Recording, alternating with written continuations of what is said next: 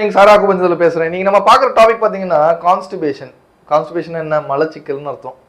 சரி, இது எப்படிங்க இருக்கும் அப்படின்னு கேட்டாக்கா, யார் ஒருத்தர் காலையில் எந்திரிச்ச உடனே மோஷன் போகலையோ, அதாவது மோஷன் போகிறதுக்குன்னு ஒரு டைம் இருக்குங்க. என்னங்க நேரங்காலம், நல்ல நேரம், இதுக்கும் ஒரு நல்ல நேரம் தேவையான அப்படின்ற மாதிரி யோசிக்க வேண்டாம்.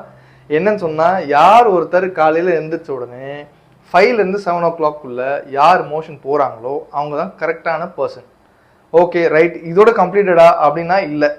சரி, அப்போனா என்னங்க கான்ஸ்டிபேஷன் என்ன? அதான் போயிடுறேன்ல காலையில் அப்படின்னு கேட்டிங்கன்னா, திருப்பியும் போகாமல் இருக்கணும். யாருக்கு போன பிறகு திருப்பியும் டெம்ட் ஆகிட்டே இருக்கும். சில பேருக்கு வராதுன்னு வைங்களேன், அவங்க ஒரு கான்ஸ்டிபேட்டடு. வந்துகிட்டே இருக்கிறது ஒரு கான்ஸ்டிபேட்டடு. வரவும் செய்யாது, வராமலையும் இருக்காது, வந்தா மாதிரியே இருக்கும், இதுவும் கான்ஸ்டிபேட்டடு. சரிங்க, இது எத்தனை நாளுங்க இருக்கும்? ஒரு நாள் இருக்கலாம், 3 நாள் இருக்கலாம், சில பேர் 35 நாள் கூட இருக்காங்க என்கிட்ட இருக்கிற கேசஸ்லாம். ஸோ அப்படி பார்த்தீங்கன்னா யாரெல்லாம் இந்த மாதிரி ஒரு சிம்டம்ல இருக்காங்களோ இவங்க எல்லாமே கான்ஸ்டிபேட்டட் தான். கான்ஸ்டிபேஷனால என்னங்க பிரச்சனை அப்படின்னா, கான்ஸ்டிபேஷனால நிறைய பிரச்சனை இருக்குங்க. ஆமாம், ஃபஸ்ட்டு ஒரு மனுஷனால நிம்மதியாக இருக்க முடியாது.